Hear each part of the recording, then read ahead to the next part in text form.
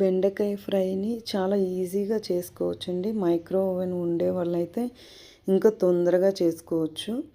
మనం కట్ చేసిన ముక్కల్ని మైక్రో ఓవెన్లో ఒక 5 మినిట్స్ పాటు 180 డిగ్రీస్లో పెట్టేస్తే దాని మట్టుగా అది అవుతూ ఉండే లోపల మనం ఇలా పోపు వేసుకోవచ్చు. చాలా తొందరగా అయిపోతుందండి. 5 మినిట్స్ పెట్టేయచ్చు. దాని తర్వాత మనం పోపు ఇక్కడ వేసుకుందాం. జీలకర్ర, మినప్పప్పు ఇవి వేగే లోపల అది అయిపోతుందండి సాఫ్ట్గా.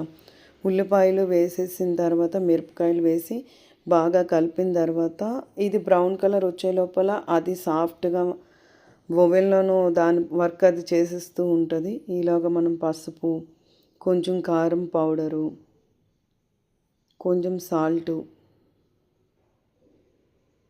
దాని తర్వాత వెల్లుల్లిపాయలను మనం దంచి కొంచెం వేస్తే టేస్ట్ ఫ్లేవర్ చాలా బాగుంటుందండి.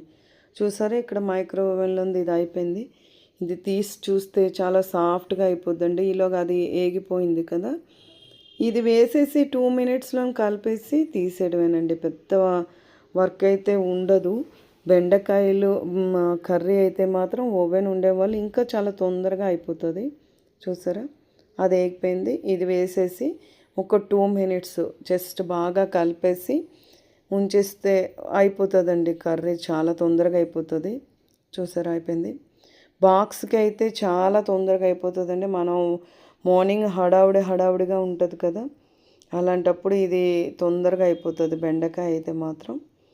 ఇది సర్వింగ్ బౌల్లోకి తీసేసుకొని బాక్స్ రెడీ చేసేసుకోవచ్చండి. చూడండి, టేస్ట్ చేయండి. మీరు కూడా ట్రై చేయండి. ఇలా మైక్రో ఓవెన్ ఉండే వాళ్ళైతే ఇంకా తొందరగా అయిపోతుంది. మీకు నచ్చితే లైక్ చేయండి, షేర్ చేయండి, సబ్స్క్రైబ్